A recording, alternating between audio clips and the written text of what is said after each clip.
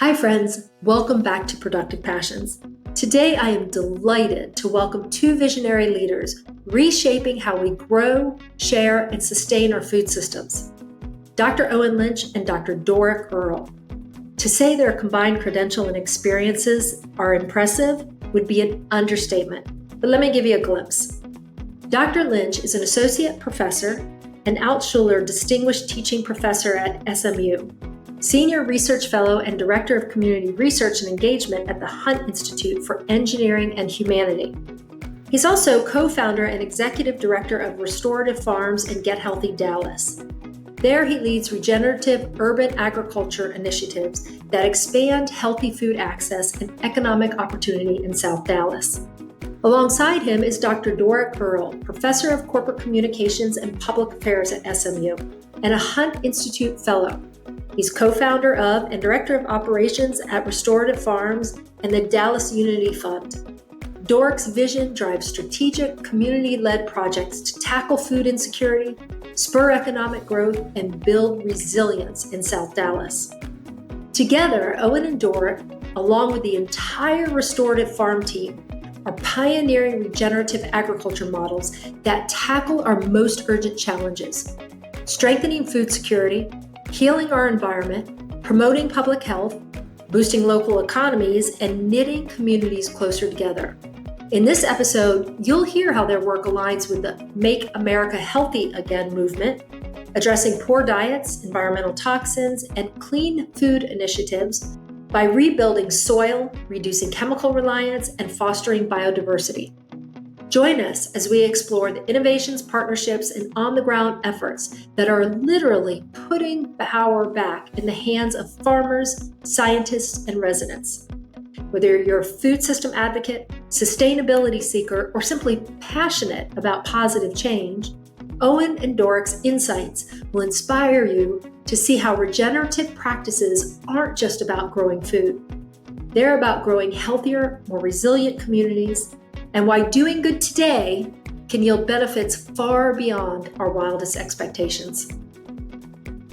Today, I'm joined by Dr. Owen Lynch and Dr. Doric Earle, two of the visionary founders behind Restorative Farms. Gentlemen, thank you for saying yes to being guests on the show.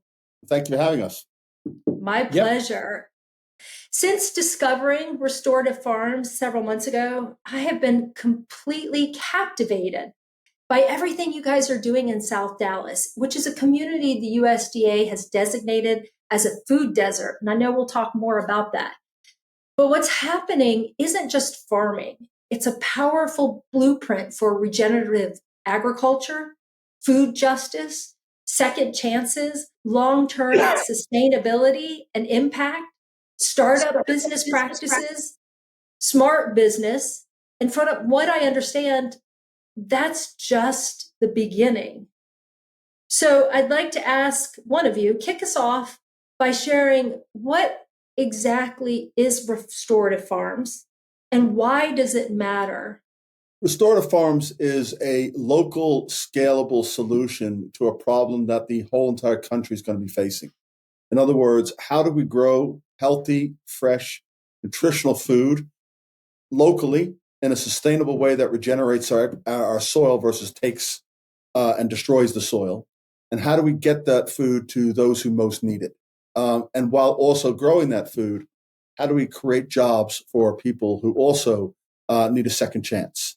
So when we're looking at the systemic problems in industrial agriculture, the unintended consequences of its success, and then we look at how we're going to need to resolve those in the future, and then look at the benefits we can use from that to make a sustainable solution.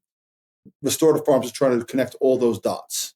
Yeah, when you think about it, at the end of the day, it all comes down to economics. If you can create an economic catalyst in an underserved, underdeveloped, and typically systemically restricted community, if you can show the outside world and the community that you can create something good and create essentially a normal life in a community that's been neglected, then you can create that template and carry it almost anywhere. So part of my interest as economist and Owen's interest as a research scientist of systemic problems is to create something, an engine for change in the community. It just so happened in this case it was agriculture. But there are lots of spin-offs that we're also doing with that as well. What is a food desert? I keep hearing a lot about this. What exactly is a food desert? So a food desert is a classification by the USDA, and it really is a mapping classification. So what it means is that you live in a community where there's not access to fresh, healthy food. If it's an urban area, it's in 1 square mile. If it's a rural area, the area gets larger. There's also the areas that are food deserts also happen to be economic islands of isolation, what the Fed calls places of disinvestment, where you have prosperity growing around it, like we do in the city of Dallas, tremendous growth. And yet you have half of the city has had almost no investments in the last 50 years. And so what we have is a tale of two cities. And the food desert is just a way of measuring access to healthy food, but it's a proxy measure for lots of things: a lack of access to healthcare, good infrastructure, jobs. People have to leave their community to buy a tomato to get to see a doctor, but also to fix their car, but also to get work. And all that money leaves their community every single day, is purchased other places and has to be brought back in. And so these islands of isolation become less and less disinvested over time, and people with means leave when they can. Now, since Brown versus Board of Education, particularly. So a food desert is I don't like it as a term because it defines a community by what it doesn't have. And another word for them is food swamps, because there's a high availability of highly processed foods and fast foods typically within them. I saw that. I saw that in South Dallas. There's a huge number of fast food availability. Yeah, so that's why food deserts, ironically, Dallas has 400,000 people in Dallas County who say they're food insecure. That 400,000, like almost 500,000 people that are food insecure? Correct. A third of the city's population, essentially. And 2/3 of its children, which means that they don't know where, they have days a week where they don't know how they're going to get fed. But ironically, we also have chronic diseases due to the highly processed foods that people are having access to. So you have this double whammy of food insecurity and then obesity and other chronic diseases that go along with poor diets. And that's just on the food level. There's lots of other knockdown effects that come from food. So I've seen a lot on restorative farms lately, very inspiring. And sort of in the introduction, we talked about all of the things that restorative farms is touching or a part of, whether intentionally or unintentionally. So let's talk about the farm itself. So a farm, I picture like rows of food growing. Is that what restorative farms look like in somebody's backyard, this pretty little garden? It depends on how you see it. It doesn't look like a cornfield. Let's put it that way. Okay. It's not monocropping. So what we've done is that we're using raised beds in rows with integrated irrigation systems. In those raised beds, you'll have 4 to 5 different plants that all complement each other. Each helps the soil by taking one thing out and putting something back in, or helps deter pests and makes a much more natural, healthy environment for the plants. So you'll see rows of one type of plant all the way down, accompanied by a row of different types of plants. And underneath each row is a walkway that's actually a water retention system. The whole farm then becomes an aquifer for the vegetables.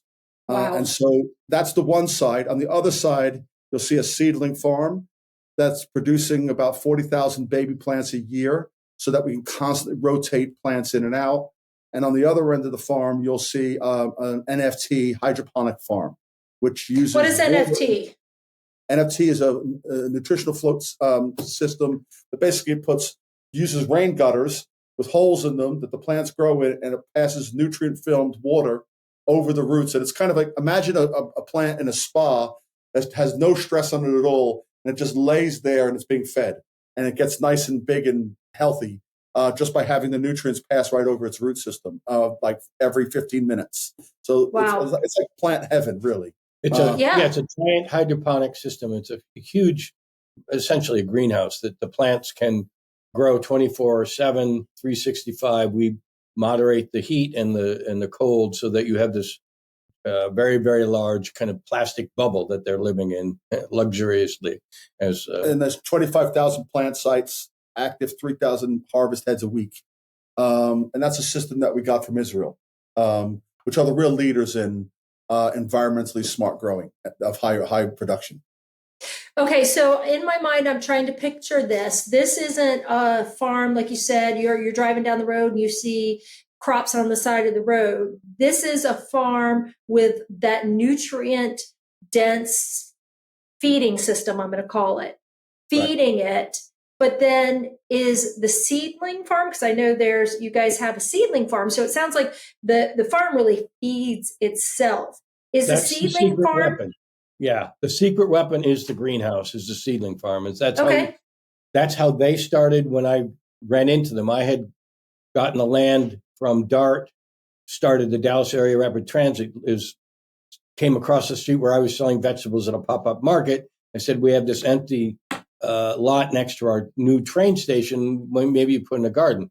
Owen and Brad and Tyrone were retrofitting or fixing a small greenhouse and starting to grow seedlings, and we connected. And the seedlings is the kind of the spark, and it's the secret weapon for our operation. To what Owen said is that we can grow tens of thousands of these seedlings and put them in the ground and have a 95% germination rate, where you and I put a seed in the ground and maybe 25%, 20% of the time it will sprout. But so that's kind of our secret weapon. Yeah. So when I was researching urban farm systems and why they fail. The most remarkable thing that stood out to me is people didn't know what to grow and what I grow right now, what's good for my soil, what time of year. So just what to grow. The second thing, and this is the simple thing, they were buying their plants from Home Depot or a plant store, and those plants, when you buy them from Home Depot, are $4.50. Now, if you're good, you can get 3 harvests off a head of lettuce over a season, right? So a harvest of lettuce in the store is $2. So the input costs for small growers is actually greater than the output production.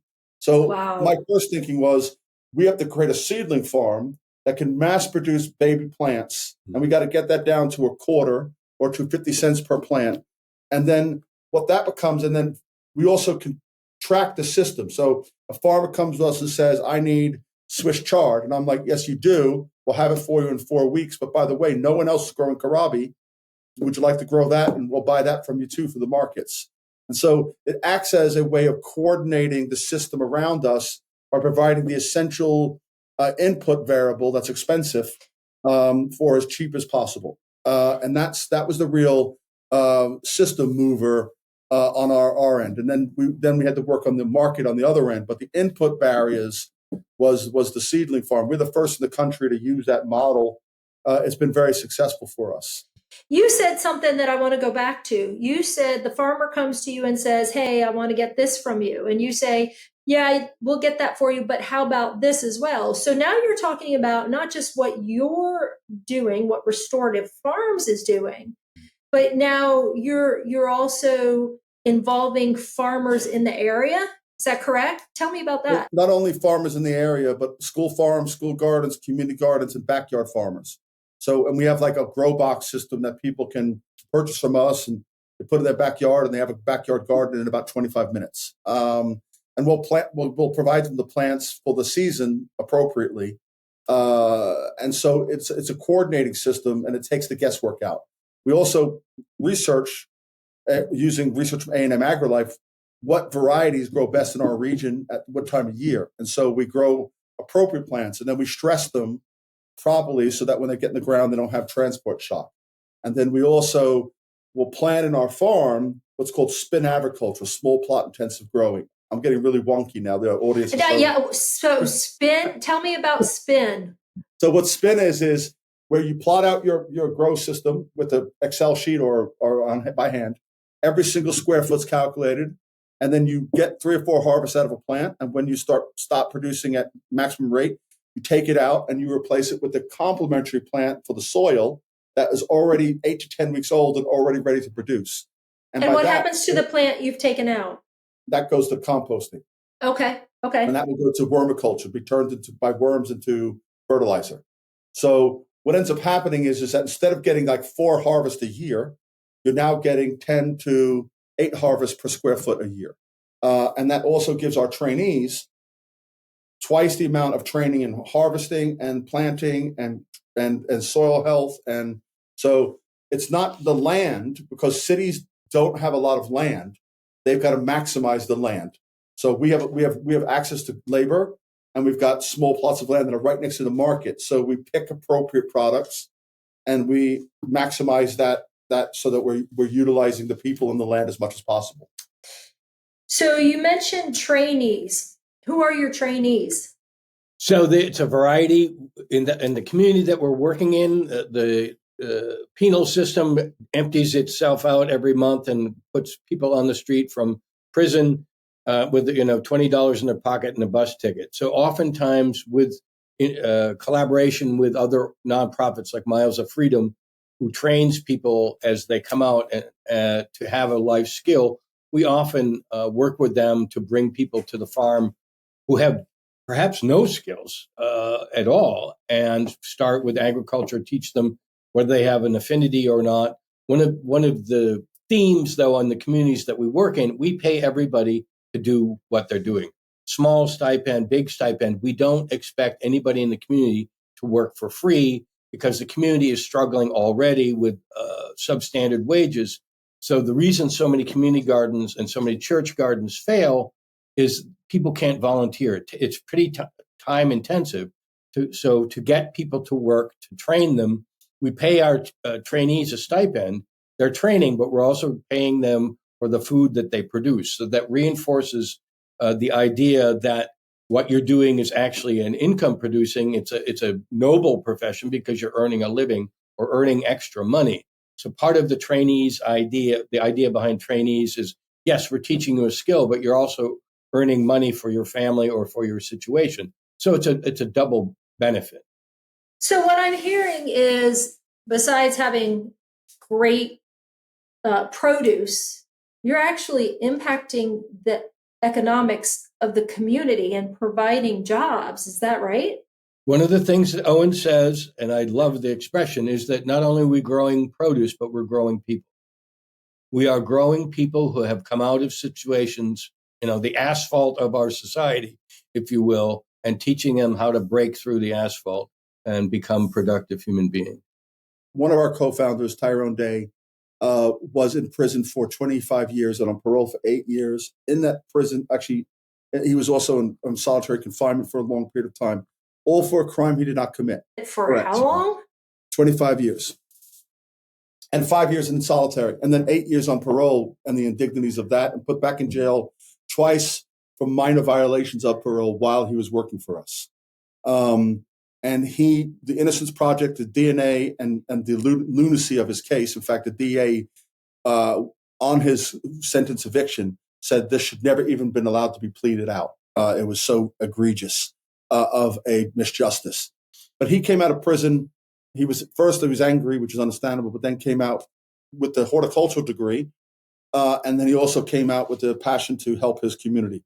And that desire, that restorative justice, that we are here to not only address, but restore the community that we're part of, and also restore the utility of people who've been cast away. The waste of resources in the community that we work in infuriates me, and it's a mile from where I live. And so it's the tale of two cities, but just the waste of resources and people. 1/3 of every man in that community where we work are in jail before the age of 25, and most of them for minor offenses.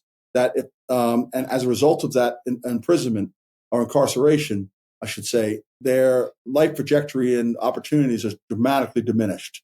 So we're trying to find a platform where people can not just make a good living. We pay over. We use Massachusetts living wage scale, and we pay over that for each person per hour. To make sure that people are given the income, not just to, and Doric's done lots of research on when is the breakthrough point when someone can really start to not just look at tomorrow, but look up over the horizon and plan for their family.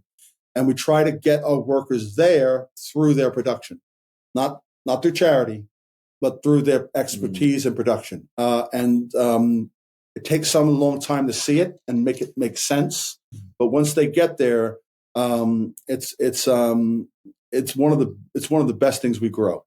So what's interesting to me is I'm hearing the name Restorative Farms, and it's beginning to make sense. So you're not just restoring soil and restoring food to an area. You're restoring a lot of things: dignity, work opportunities, economic impact. What am I missing?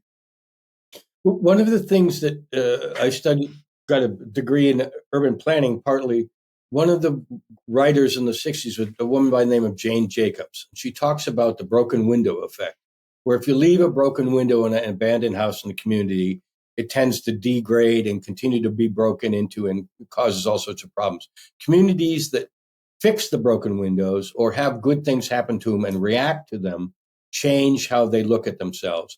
And one of the first things that happened when we started working on the farm was people started to change their opinion of their own environment, that somebody's coming in from the outside doing something nice in my neighborhood. Maybe my neighborhood is better than I've been told it is. And so you change psychologically the whole impression of the community, and that starts a chain reaction, so that we didn't have to convince a lot of people why we were there or what we were doing was necessarily good. It's the fact that we were there and we came back day after day and day after day that really changed their opinion of their own environment. And I think that's the key, is that when I first met Doric, he was already passionate on this. He was going down and helping work in the community that needed help, but was mostly going down humble and listening.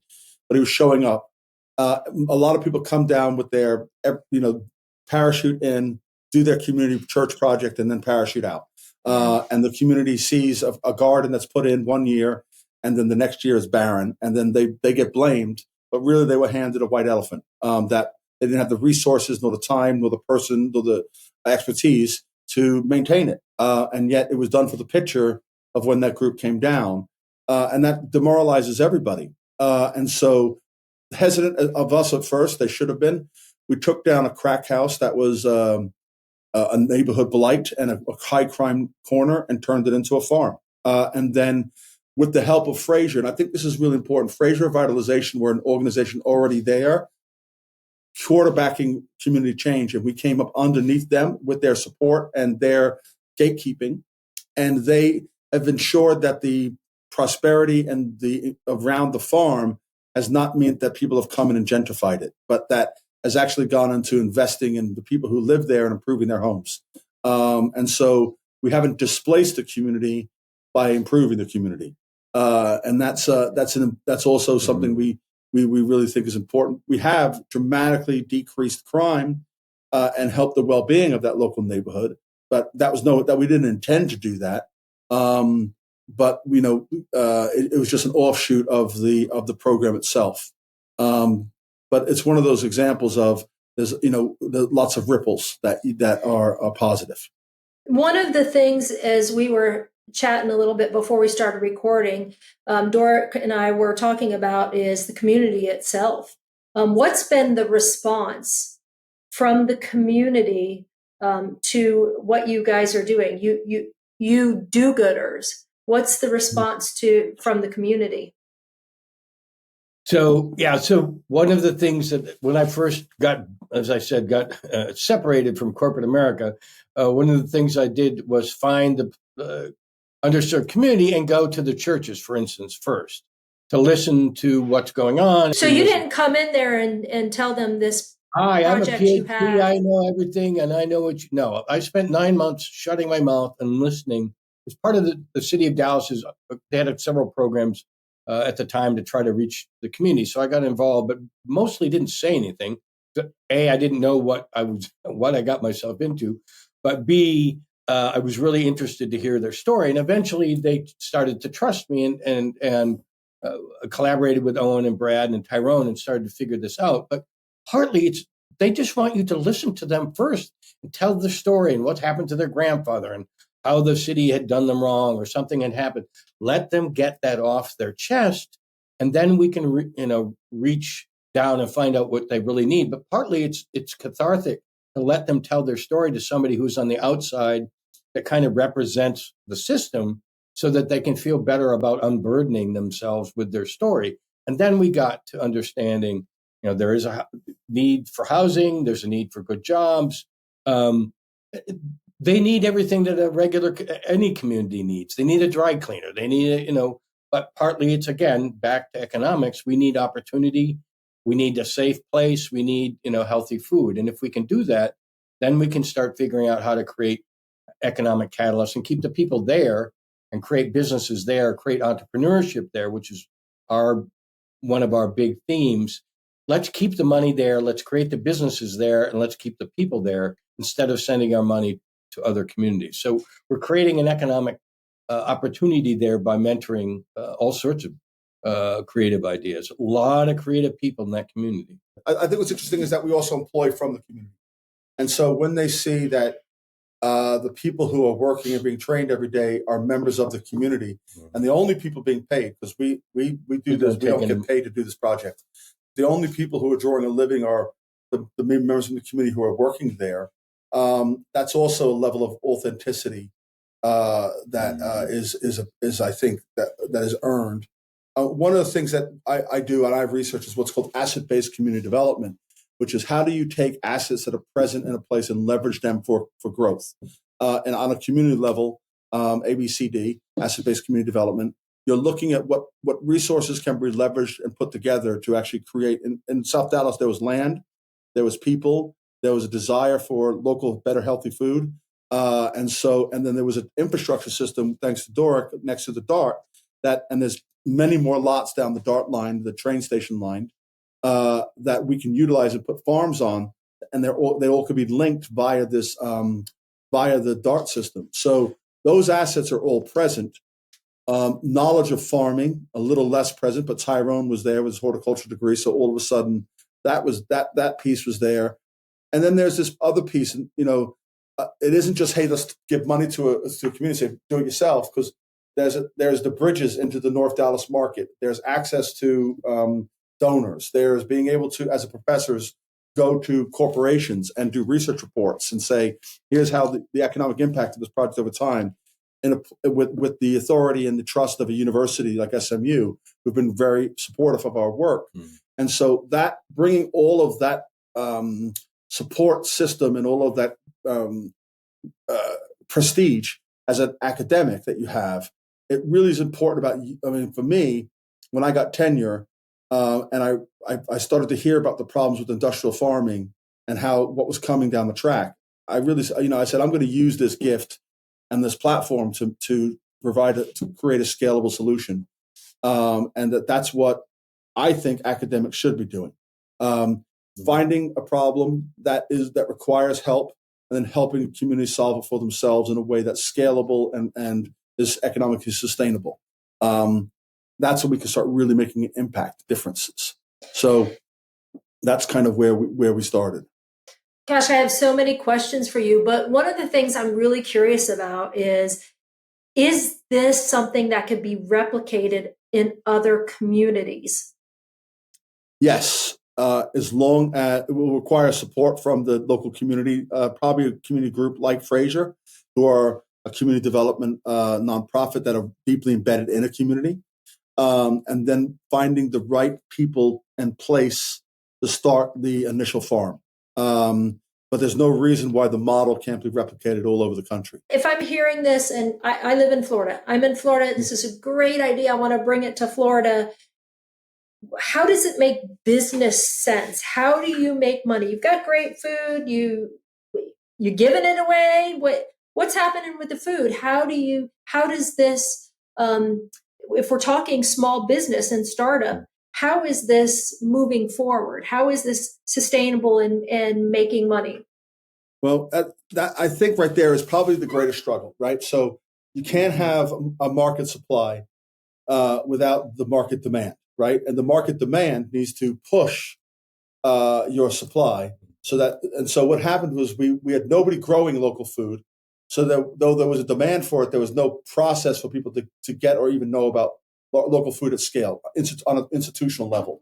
So the first thing we had to do was really go out there and say, now we're going to produce food at scale, large enough that we now have to find a market for it. Now, we then found during COVID, which would have shut down most companies, we found ways of then leveraging the food programs and providing local food packets and getting reimbursed for those.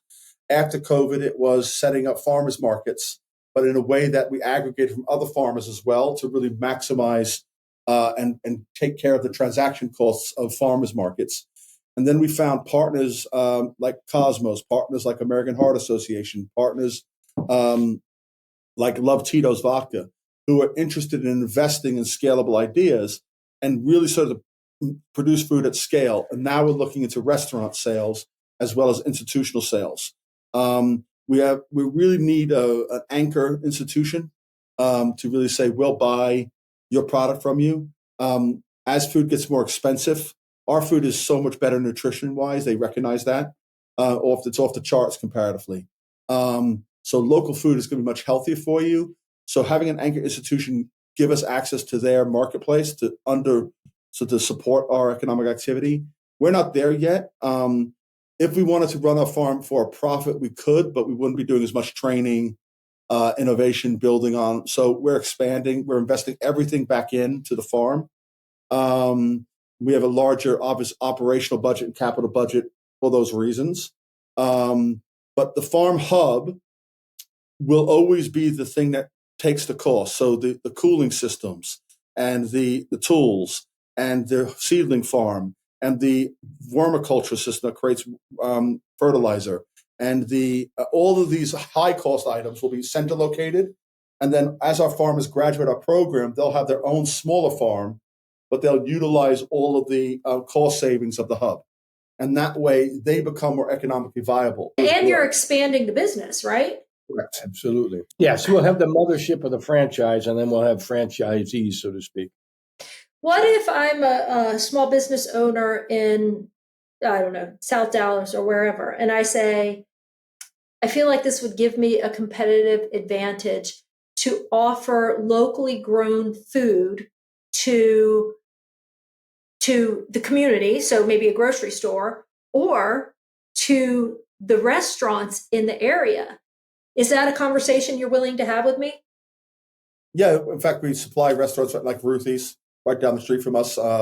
They only take 8 heads of lettuce every 2 days, but that's their current demand. They just opened up. Other food markets like Jimmy's, which is another local food market, we're supplying them now. We're looking to become suppliers of multiple restaurants and institutions. Why the institution sales are so important is they can buy 25 to 40 cases of lettuce at one time. We can grow that scale. That's one trip, one easy truck. It really maximizes our resources that allows us to build and invest in furthering our infrastructure. We will be at the point where we'll be able to satisfy both small and large customers simultaneously from our farms. So Dallas has about a $400 million food system at least, and we're just looking for 1% of it. We're not greedy. And there's a huge demand for local healthy food. What we haven't discussed is why local healthy food is so much better for you. Well, let's talk about that. Why is it better for you than me going to the local grocery store and buying that imported organic food? When you start growing food and you're growing in soil monocropping, the only way you can do that is by pumping that land with chemicals. A lot of those chemicals will kill the microbial health and the other nutrients like calcium, magnesium, potassium, other things that go into the plant from healthy soil. So that's the plant itself is not as healthy. The second thing then, the healthy soil, healthier plant. The second thing that happens is when you kill a plant by harvesting it, it starts to degrade. All things start to degrade. Plants degrade at the fastest pace. So the moment you start harvesting a plant, if you don't get it into a cold chain and get it to somebody to eat that day, you're going to start dramatically losing its nutritional quality. The average head of lettuce that you eat is 21 days old. Wow. It's already lost 70 to 80% of its nutritional quality. So, and it's traveled about, on average, your plate of food travels 1,500 miles. So when you think about that on a grand scale, the food is bereft of nutritional quality, and it's full of chemicals. So we have decided in America that the most important thing we do with our food is get it ready for transportation of a long distance. We don't do quality, we don't do nutritional value, we don't do health. So the quality we're looking for is, does it look good and will it transport well? And that's it. So we grow our tomatoes and we ship them green, and then we pump them full of ammonia so they look red, but they're still as unripe as they were when they were shipped, and they taste like paste. Are you telling me that I could get vitamins from the food I eat and not the jars? It's a shocking development, but yes, God did it. I mean, I say that half jokingly, but as you're talking, that's what's going through my mind as, my goodness, I could get healthy vitamins and nutrients from the place that it originally came from. You're going to tell her about food is medicine, right? Well, that food. I was going to ask you about that because I had a conversation with Aaron Martin. You know who I'm talking about? Yeah. Aaron is doing amazing things in Oklahoma. And I know that she is working with local food places and with doctors that are writing prescriptions that are getting filled and paid for to have an impact on local health. And I'm wondering where you guys are in.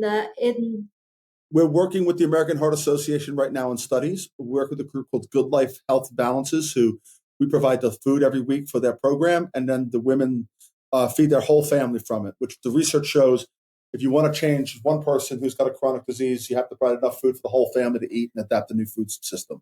So we provide them with the vegetables and product they need every week. They study the health effects and do the health changing work to support that family. Dallas and Texas are a little behind. We're behind in food as medicine prescriptions, but people have to start demanding that, because it just makes so much sense. That it creates local jobs. It makes everybody healthier. Think about this in simple terms. We used to, before refrigeration, which, by the way, refrigeration for our food is only 50 years old, right? We used to, before refrigeration, grow our foods in our backyards because that was our only option. That's gone, right? What we then did was go to the grocery store and get blueberries from Chile in December. So we've also broken our understanding of what's seasonal. And so we're eating less nutritional food from all over the world, particularly, and then America's health system is suffering from it. And here's just a little tidbit for your audience.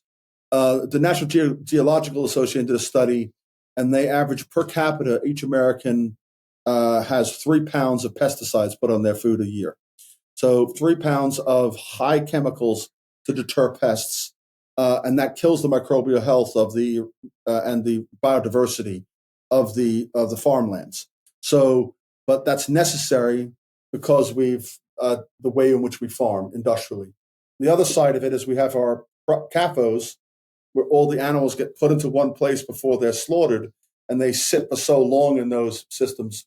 That's where 60% of the food that gets grown in American farmland goes, but also creates high methane for carbon dioxide and for its greenhouse effects. But also what it does is mean we need to put antibiotics into our meat because of the diseases. And so why didn't they have an egg crisis in Canada? The knock-on effects of this system that was highly efficient, but yet has lots of other implications that we're not considering. And health is the primary one, but it's environmental, it's systemic across the board. So what we eat and how we decide to eat and where we get our food from is some of the most fundamental important choices for not only your individual health, but also your community's health. Well, one of the other things that I saw recently, actually today, and congratulations on a story I think the local CBS station did on you. And I'll let you correct me if I'm wrong here, but I heard that some of the impact that what you guys are doing, besides all of the things we talked about, are environmental, that what you guys are doing can actually impact some of the severe changes that we're seeing, but also what you're doing can tolerate some of the severe changes, the extreme hot and the extreme cold. Can you talk a little bit about that? Yeah, so there's a couple different things, but the first is that agriculture attributes about 1/3 of all the greenhouse gases that is contributing to climate change. Agriculture is also not reactive to climate change when you're monocropping in one area. The second largest part of the USDA's budget is for paying farmers back for crops that they lost and they insured due to extreme weather. Sure. So, and that's going to get more and more and more. We need a climate smart growth, and we need to think about different ways of growing that is more reliable and more localized. So, one of the things that's, you're looking at this issue. For example, we have mass farmlands that we till every single season. All that tilling does is it monocrops the soil. It releases all of the carbon that was sequestered by those plants back into the environment. So if we really think about climate change seriously, by actually non-tilling, we could actually pull that carbon back into the soil, and the soil will become healthier if we rotate our crop productions. So let me see if I have this right, because we talk about reducing carbon footprint. Are you saying by not tilling the land, we can actually reduce the carbon footprint? Right. Instead of it's 1/6 of all carbon gases come from carbon leaving the ground. And that's what I have to do to make my farm work. Actually, you don't. There are ways of modern farming where you don't have to till. Now, it does require more work. It requires different types of tillers. It requires a different type of mass farming where you'll rotate your crop products. It requires you to do what we do on the farm. Think about the soil health and microbial health of the soil. All life on this planet comes from the couple of inches of topsoil. And as Roosevelt said, a nation that destroys its soil destroys itself. And so we think about the dust land, and that brought on the Great Depression. With climate change, the chemicals we're pouring onto our land, with the lack of biodiversity because of monocropping, the tilling, all of these things are large contributory factors to climate change.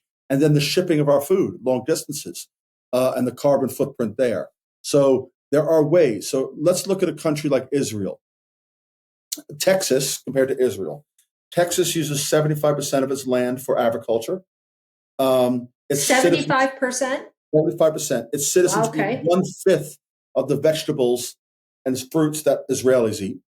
And it imports 95% of those vegetables from from California or Mexico, which uses up the Colorado water exponentially right now. And that's going to be a problem in the future. That's 90% of all of our vegetables. Now, Israel only uses 25% of its land. Its land is not as good as Texas's, yet it uses climate smart. When you say not as good, you mean nutrient-wise? It's okay. a desert. And so what it does is it grows using hydroponic and other techniques. And actually, it only uses 25% of its land, but it supplies its citizens with 95% of the fruits and vegetables they eat. Wow. So Texas uses 75% of its land, and imports all of its vegetables. Yeah. And then Israel uses 25%, but supplies 90+%? Correct. And they eat 5 times as much as every Texan does of fruit and vegetables. So it just, when you realize that, you're like, what are we doing wrong? We're growing soy and cotton and tobacco and beef, and we're exporting it. And we're growing corn for our cows, or corn sugar. And that's what's being subsidized by the government in large, massive farms. Cash crops. Cash crops. And that's why, and then, as Donald Trump said yesterday with the tariff, they're going to get particularly hurt. So then he's going to have a fund to pay them off for their pain due to the tariff pain. You mean the farmers? Correct. And they, it's not their fault. They're growing what the market and what they're encouraged to grow, and what the large farms. And then it's not the farmers. There's very few farmers left. They're massive farm operations. Right. And so they're growing this food that's being exported or going to animals that are being housed in these shelters. And then us as citizens are not getting fresh, healthy fruits and vegetables. And where we are getting them from is from California or Mexico or Arizona, some in Nevada, using up the water of the Colorado River in a way that's unsustainable. I'm probably scaring your audiences now. No. So let me tell you what I'm hearing. I'm hearing that we're really at this point of evolution, right? We now know better. I'm always sort of thinking about, well, we've done it this way because it's what we knew. Mm-hmm. But now we know different. We know better. We see the consequences. Like you say, there are real concerns about the water that we're using for the crops that's coming from the Colorado River. You're saying that there's a way to reduce the land use or make more efficient use of it. Right. I am not an expert in agriculture or politics, and I'm not particularly interested in talking about politics.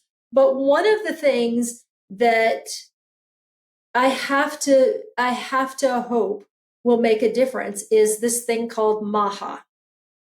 I don't know where it's going to lead, but there's been a lot of talk about it. And it would seem to me like there's going to need to be outcomes. There's going to need to be progress. We're at this point where evolution is happening in terms of what we know, what to do. And we've talked about so many things that are impacted.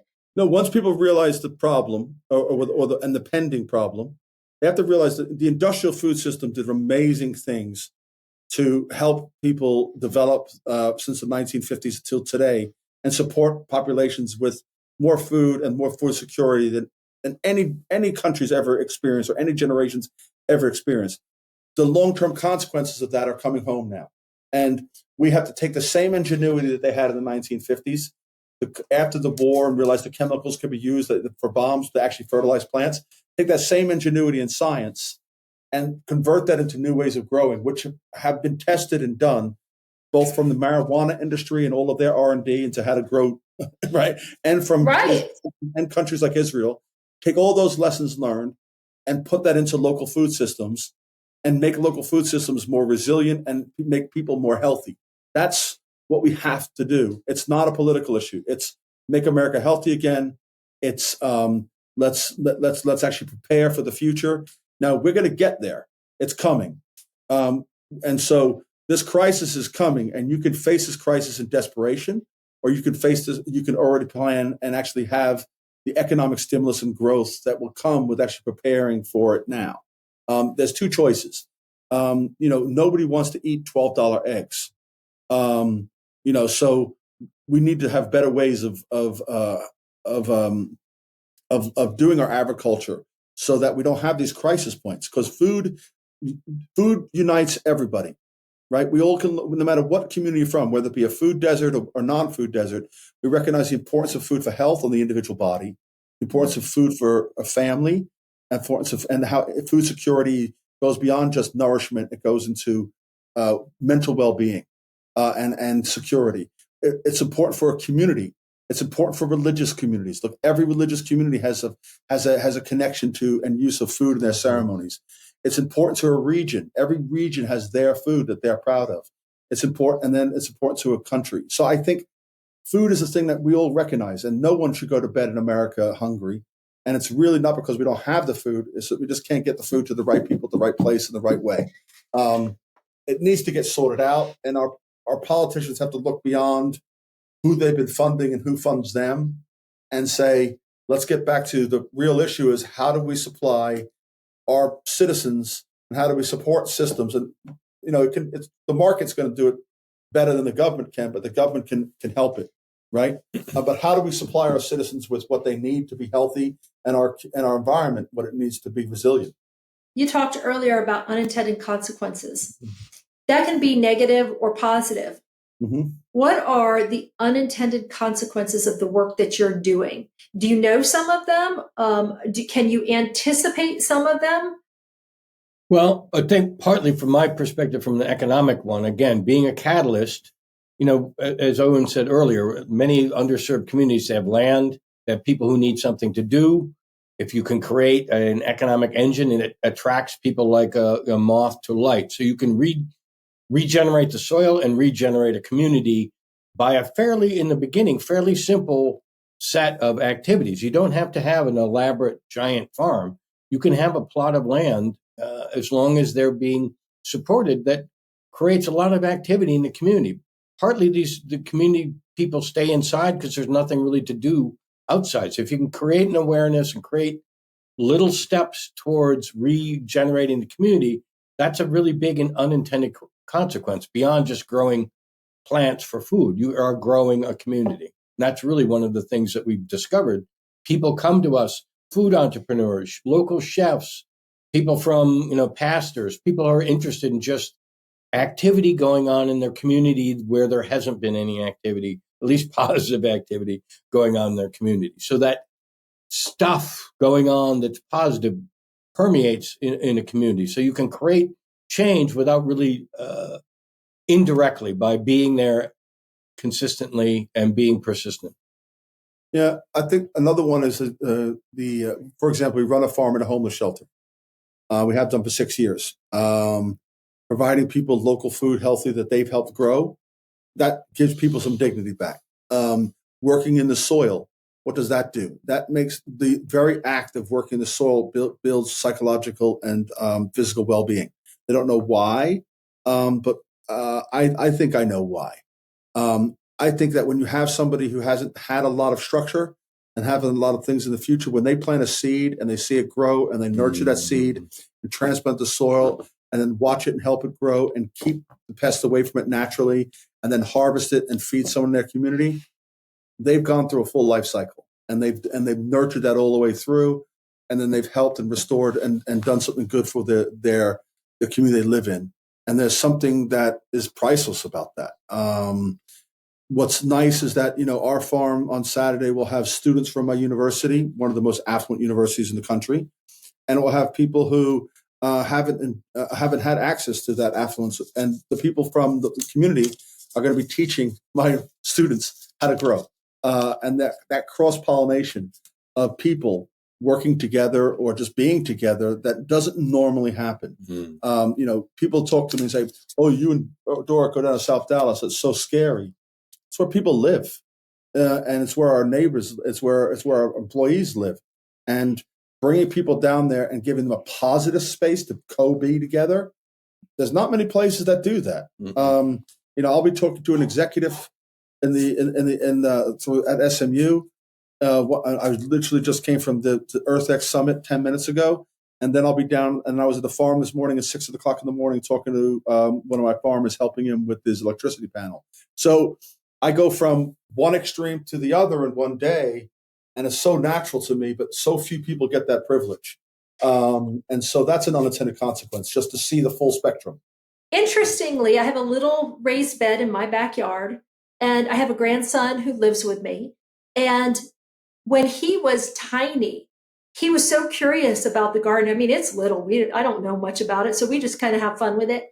He wanted to be in it. I put him in it. And the joy of him that he expressed sitting in the dirt and how much fun it was for me to watch him. Now, as he's older, he goes out and he knows to pick the red tomatoes. He goes and he wants the red tomatoes and he puts it in his mouth and chews it and spits it out. And then a week later, we have a whole bunch of new red tomato plants. But just that activity together, multi-generational, is so much fun, not hard to do. We're not feeding a large number of people, but the joy it's given us just having that in the backyard. And I just wanted to see if I could grow some crops. I didn't think about it as an activity to do with my grandson and to expose him to growing and all of those other things. So, I've got to think that even, multi-generational impact on the community continues to just grow and grow, I guess, pun intended. Yeah, absolutely. Yeah, during COVID, we almost shut down. We delivered these 3x3 boxes, grow boxes with plants and soil because people needed something to do, obviously, and it was good for the kids and it was good for us because we were selling them and kept us alive. During World War II, almost 40% of our produce were produced by these victory gardens. So we Yep. kind of used that theme during COVID to create the victory garden, and a lot of that has taken hold, and people have now these little teeny gardens either on their patio or in their backyard, and they are growing. And it changes, as Owen said, it changes your psychological view uh, of yourself because you're creating something and your Right. little baby is growing and you see it grow and it produces. There's a tremendous amount of satisfaction that Yeah. comes from that. And I think that speaks to Doric's expertise in entrepreneurialism. And we're entrepreneurs at heart. I mean, even as an academic, I wouldn't do this if I wasn't an entrepreneur. And what entrepreneurs are flexible.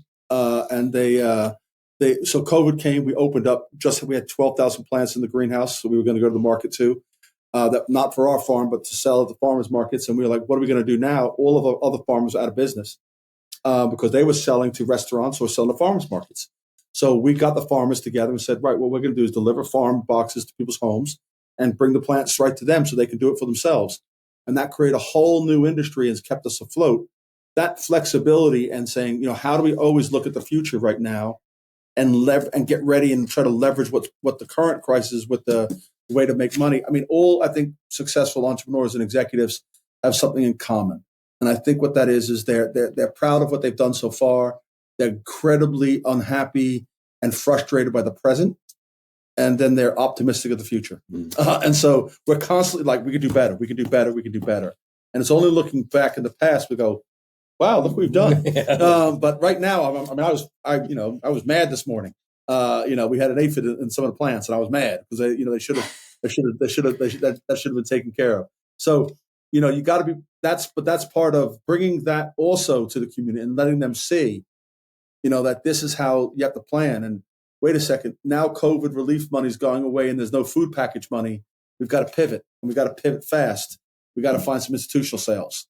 And you gotta beat the market by 7 months, or you're out of business. You gotta make payroll. So that pressure is good for us. It doesn't feel good right now, but it is good for us. It keeps us not unlike it keeps us always saying what we have to constantly be evolving, but also maximizing opportunities right now. And so I think that's when people want to say, wait, this is easy to do. It is not easy it is scalable. It's possible, but it's not easy. It's not trivial. Well, and I think part of the reason it's not been easy is because, correct me if I'm wrong, but you guys are creating the model for this. Right. So if I'm a little town in Florida, I want to replicate what you guys have done. Can I reach out to you and yeah. Where can people find you? You're offering Doric he'll be the secretary to answer the phone. Yeah. That's okay. That's what every good leader does. Take him. So where can people find you? Because I will put contact information, I will put website, all of that in our show notes. Where can people find information on Restorative Farms and then on the two of you individually?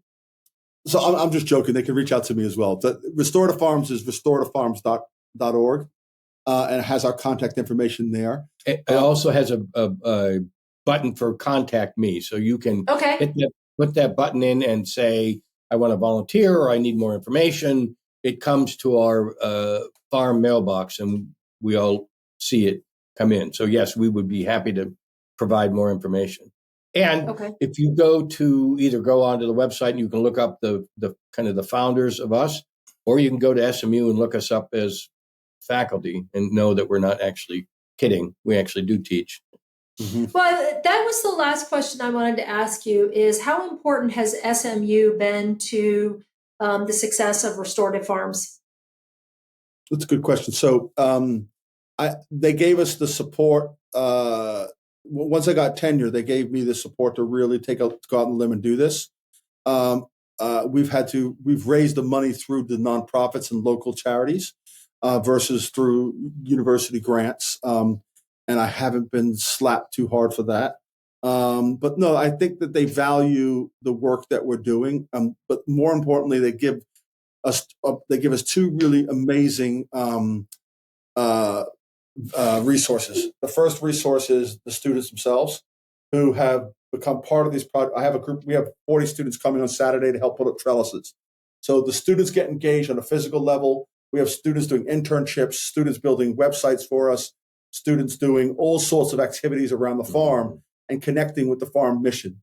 So that's really valuable, and it keeps us. It gives us a time in class. I mean, I teach organizational management. It's helpful that I'm a CEO, and it's helpful for the students to. And I'll say, here's a problem I have. Let's real work it. Doric goes into the community with his entrepreneur classes, and they all take on clients and they solve real problems for their clients. So that is an important resource. The other important resource is the name. Locally in Dallas, SMU's name carries weight, and it opens up access and gives us credibility, as Doric just joked about. But it gives us credibility for people to say this. These aren't two just crazy people trying to do something. These are well researched, well thought out plans that they are looking at best practices. They're adapting those best practices for their particular market and environment, and they're testing things. And based on data, what works, they're replicating. And that recognition that there's some serious thinking going behind everything we do is one of the reasons why people have trusted us with their money. And we have then taken that money and used it like entrepreneurial business people do and try to take every dollar and turn it into three. And so without SMU as a foundation for our legitimacy and resources students, it would have been a lot. I'm not sure it could have been gotten done. Well, we were talking about consequences and unintended or intended. I've got to believe that some of these students who are getting exposed to the work that you're doing on restorative farms are going to be influenced. Their futures will be influenced by the experiences that they've had. So I think that's one that's shouldn't be overlooked and is probably bigger than you or I may even know at this time. Yeah, well, actually, ironically, this week, a former student of mine reached out to me. She's working for a law firm, but she's also helping their foundation in South Dallas, working with youth in the community. And she remembered the farm and reached out to me. And now we've connected with the CEO of their foundation, and we're going to connect them with other organizations in the community they're working with youth, so that, again, you want to aggregate and you want to collaborate so that what you're individually doing it scales better. So I had a student out of the blue come back and say, "Hey, I'm doing this. I remember you in the class talking about the farm. What advice can you give me about working with the nonprofit that we have that's helping students in Dallas?" So It was a real example, and I was surprised, but please. I think in these young students, all their lives, they've heard climate change, and here it's going to ruin. And they've heard, that the markets are collapsing, and that America's not they're going to be the first generation don't make as much as their parents, and housing prices are beyond them, and the disparity between wealth and the poor is greater than it's ever been in American history. And they hear all this, and there's no hope in that message. And so you wonder why students are anxious, and there's more depression in young students than ever before. And then they're seeing all these problems on their platforms, on their iPhones. And what we offer is you can make a difference, and you can see, and you can actually have impact, and you can utilize your time and your resources and your gifts and put them to help people and make a better solution. And that solutions are possible. And you want to do something about carbon, sequester it and keep it in the ground. How about that? And that gives them that gives them something to say. You know what? It isn't just, oh, look at all these problems the baby boomers handed us, which is how it gets presented to them constantly. It's look at these problems that with your ingenuity and your time and energy and resources, you can help resolve and find a better way. Yeah, and I'd say tell them, you have all this privilege. It doesn't take a whole lot. Just show up and act and care for the community, and just show up and be there, so that people from the other community who never see people like you, when you show up, it means you do care and there is hope. So yeah, I mean, it sounds trite, but just showing up and standing next to people in those communities makes a huge difference, both ways, both directions. And pull some weeds. Yeah, well, pull some weeds, absolutely. Pull some weeds. Gentlemen, thank you so much for your time today. I came to this conversation excited to learn about restorative farms, and I'm leaving this conversation feeling very hopeful. I think you guys are doing incredible things, and I hope that people will reach out to you and ask you how you're doing it. And I thank you for making a difference in this world. Thank you for your genuine interest, and thank you for your listeners. Absolutely. Thank you. My And pleasure. We're here. Now, we're open. Let us know. We'd love to start a thing. Yeah. Let's start a thing. Yeah.